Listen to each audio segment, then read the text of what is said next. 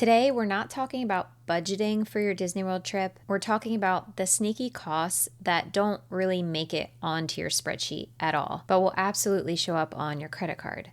Because I think for most of us, budgeting comes fairly easy and simple when you're thinking about Disney World, because you're like, okay, I have our hotel, our tickets, our food. Hopefully most people think about like souvenirs and the Mickey ears. Those all usually make it onto the list. But if you're anything like me, you're okay with spending money on things that you know are worth it, but only if you're prepared for them ahead of time. I don't like the feeling when I feel like I just keep swiping my credit card, whereas if I know about the expenses ahead of time and I expect them and I was already mentally prepared for them, I have that feeling that each dollar was accounted for already and going where I want it, especially when it comes to Disney World, because if you haven't heard, prices have gone up across the board, even since a few episodes that I recorded about first time trips, the prices have gone up. I'm never going to encourage you to book a trip when you genuinely can't afford it. That's never going to be like my tone on here, because I think if you can't afford to not only go to Disney World, but can't afford to go stay at the place that you had your heart set on or do the experiences that you wanted to do, I am just of the mindset of then don't go and just wait until next year or wait until you save enough money to go the way that you want to. So what I'm going over aren't like hacks to save money or budgeting quote secrets of like how to get a great deal on a Disney trip, because while yes, there are some ways to save a little bit of money in Disney World for sure, I want to go over the things that you don't expect and can creep up on you after you save up the money to book that trip. Hello, and welcome to the Laid Back Magic Way podcast. I'm your host, Dana Stanley, creator of Laid Back Magic. As a mom of 3, I know how tough it can be to find time to plan a Disney World trip that doesn't leave you feeling stressed or overwhelmed. That's why I'm here, to help moms like you create Disney vacations that feel even better than they look on paper. Here, we're not chasing perfection, but creating our next favorite memories. So whether you're brand new to Disney or looking to go deeper into the details, this podcast is your go-to for simple tips, mindset shifts, real-life trip recaps, and expert insights to make your trip magical and manageable. New episodes drop every Monday, so be sure to subscribe so you never miss a moment. Okay, let's dive in. So in this episode, I'm breaking down the hidden costs that most people don't expect, especially when you're traveling with kids, and how to plan ahead of time for them so you don't feel like you're being nickel and dimed every 2 seconds once you're there. Let's get into it. Before you even leave home, and this is definitely something as like a passenger princess like myself, I don't think about, to be honest, and my husband lovingly reminds me that I never have to think about this, and that is when you are flying to Orlando, if you're like us, you're most likely driving your car, and to park your car at the airport, you are going to be paying every single day to have it in the lot. Now, if you fly often, this is going to feel like a total no-brainer. But when you're thinking about like the Disney trip as a whole, I know for sure that this most likely won't be a line item. So if that is you and you are not getting dropped off at the airport, just make a little note, hey, we have to pay for parking at the airport. And the next one is definitely optional, and that's travel insurance. But if you're renting DVC points, or maybe you're going during hurricane season, this could be something that you end up adding later as your trip gets closer and you might not have budgeted for it. So right under the parking lot line, you could add travel insurance as well. And since we're talking about things that are happening before you even get to Disney World, I'm going to include the number one thing that I probably struggle the most with, and that's like the last minute shopping. So I really don't go crazy with shopping before a Disney trip because we go often enough. We have plenty of secondhand or vintage Disney t-shirts.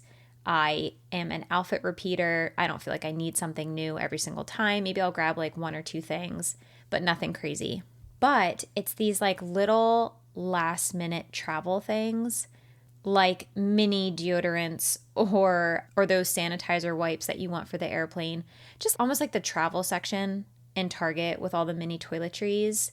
Running errands before a trip can really add up. So what I do now is I have a dedicated little bin in my closet that just has the label travel on it.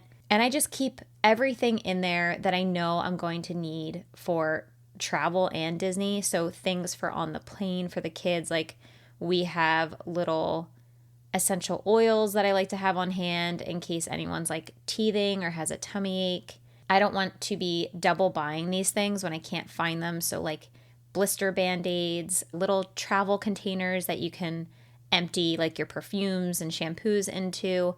I don't keep those like in my bathroom because that's when I can't find them. And then I will end up running out and buying them again. And 6 months later, I realize that I had them all along. And I hate that. I hate double buying things that I already have. So that is a great way to keep that from happening, is even as you're packing for Disney, just have a little basket or bin or bag in your closet. And as you accumulate things, just put them in there so they're all in one place. For sure, even before you set foot in Orlando, these little pre-trip costs can add up fast. But once you land in Florida, that's when the real like unexpected costs start. The first one you're going to be hit with, which you hopefully, please, figured out and thought about ahead of time, is your transportation from the airport to your hotel. So if you went to Disney years ago, there was a free shuttle bus called the Magical Express. That is gone.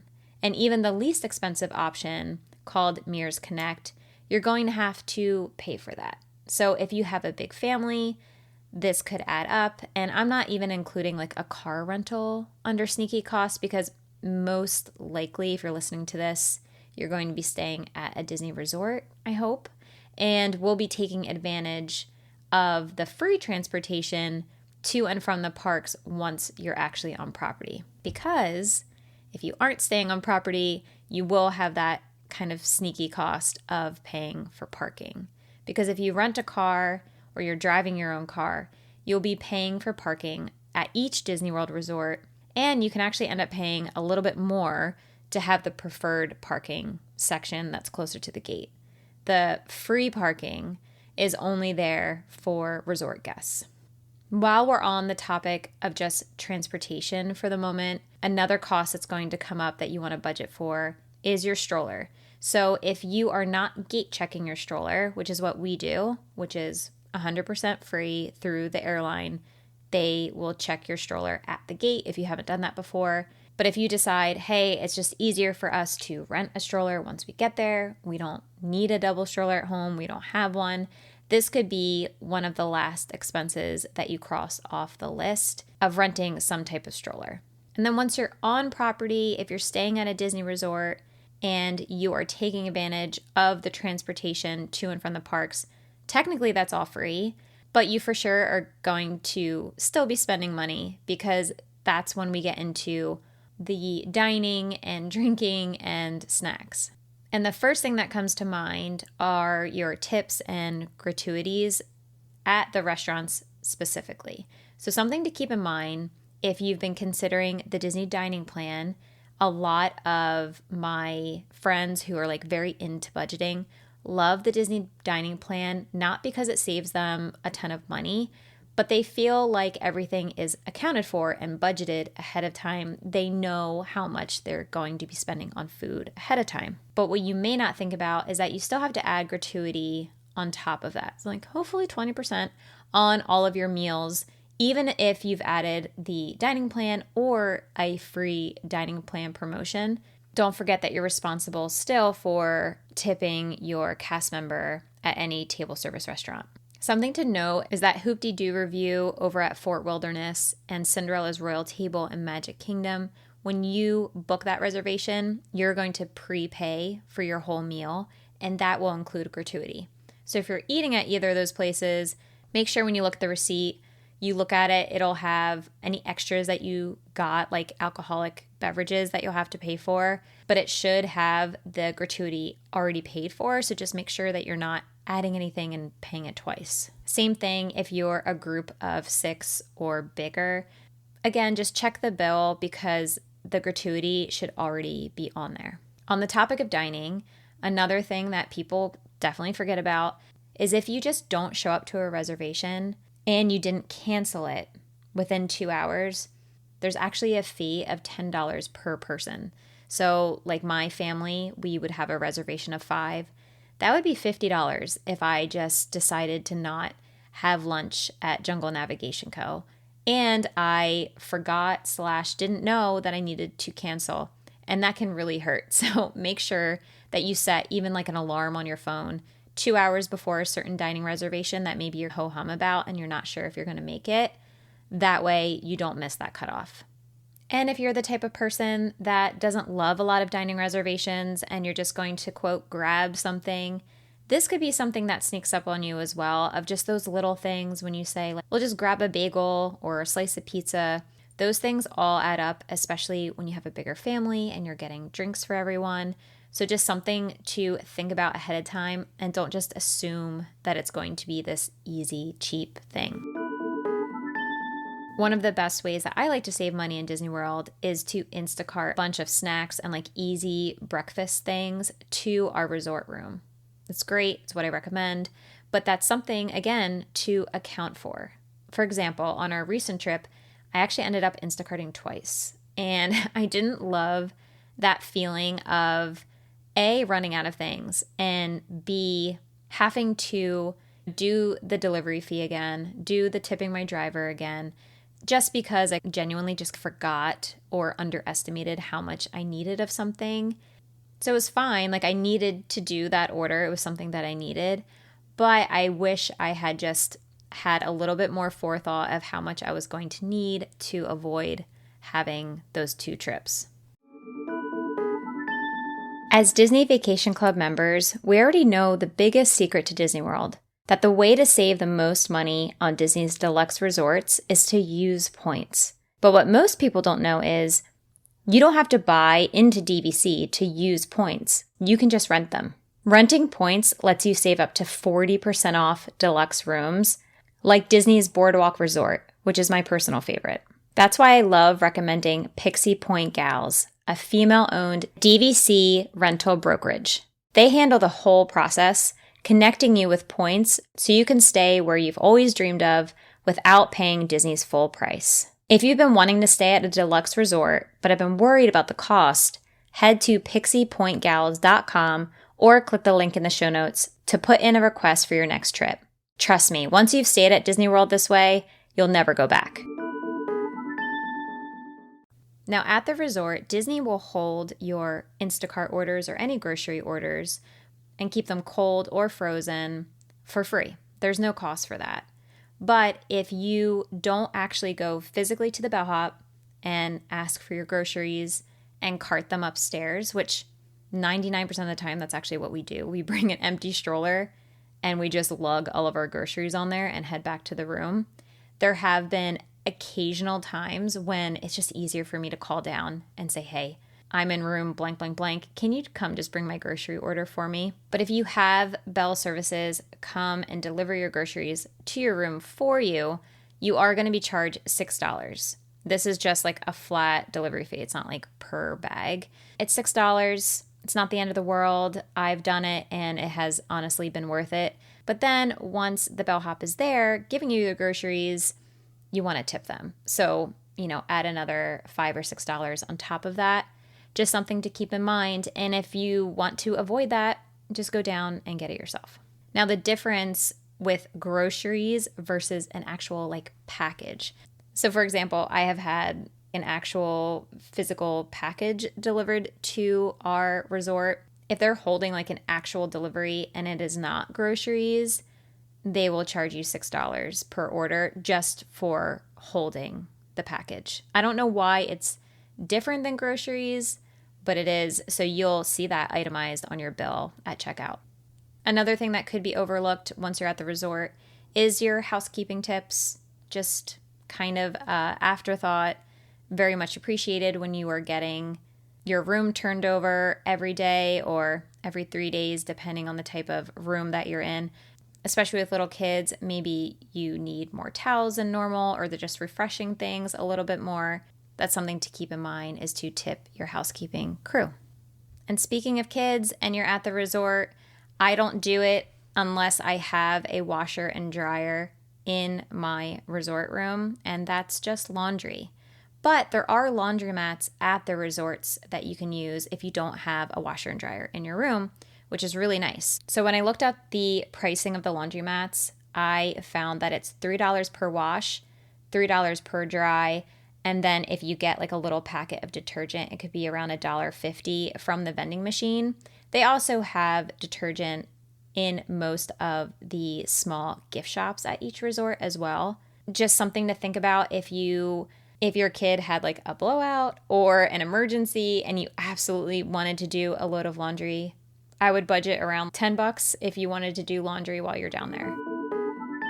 So we've covered all of the things that I thought about immediately when I imagined, getting ready for Disney, being at the resort, and being in the parks.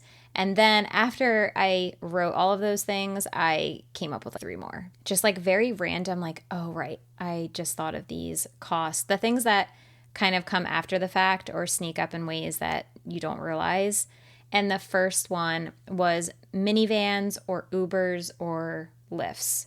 So no matter where you're staying, there most likely will be a situation that you won't want to take a bus or the free transportation, especially if you're like me. I like to eat at a lot of the resorts, and it usually ends up never being the resort that I'm staying at. So let's just say we are staying at Boardwalk and I want to have dinner at Citricos over at the Grand Floridian. I could take a free bus to Magic Kingdom, and then I could take the monorail to Grand Floridian. And if my whole vacation sketch works out that way, I will certainly do that. But 9 times out of 10, we're just at the resort and we want to go eat. And in that scenario, I am going to be calling an Uber.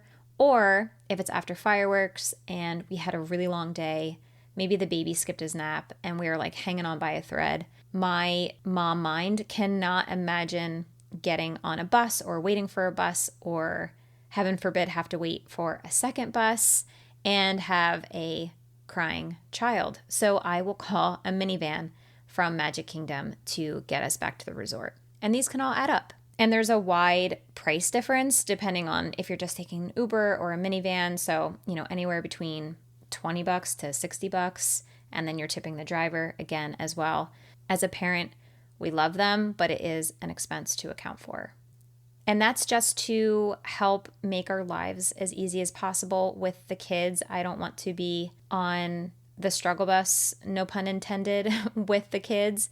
And so to really make things as comfortable as possible, I spend a lot of money on just stroller logistics and like organization. So the rain cover for the stroller, the organizers that you can attach to our stroller. Our stroller is the twin from Zoe, and it has like a custom organizer kind of built in that fits perfectly that I love. But then we also have our stroller fans and just like extra hooks to just keep things organized. So in my mind, I'm like, okay, each of those things is $15 or $30 on Amazon, just making our stroller as optimized as possible. One of the things I am never skipping, no matter how stingy I am feeling, is our lightning lanes. Whether that is multi-pass or single pass, this is Disney's upgraded line that you can pay for that just goes faster than the regular line. So especially with the kids, I have a 9-year-old, 5-year-old, and now 2-year-old. My goal is to reduce standing and waiting around as much as possible. And lightning lanes is the easiest and fastest way to do that. But something to keep in mind is that lightning lanes are on dynamic pricing. So it fluctuates a lot from the attraction and the park and the day. So you could spend $20 on one ride or $14 on another and just not really think about that until you're checking out, especially if you're visiting, let's say, Magic Kingdom, and maybe that's the only park that you're visiting. That's going to be the most expensive multi-pass of all 4 parks. Just something to keep in mind that even the time of year can affect that. But the good thing is that if you are staying on property, you can book all of your lightning lanes 7 days before you even get there. So it is a very hard hit all at once, 7 days before your trip. But then once you're actually in the parks, it doesn't feel as bad. Just forget about it. I had mentioned before that I think most people do think of souvenirs ahead of time, and you may have been warned about the post-ride gift shops that are usually at the exit of a ride. Like, for example, when you're getting off of Frozen Ever After in Epcot, it dumps you right into a gift shop. And the kids, if they're really into Elsa and Anna, like, that's going to be their heaven, and they're probably going to want something.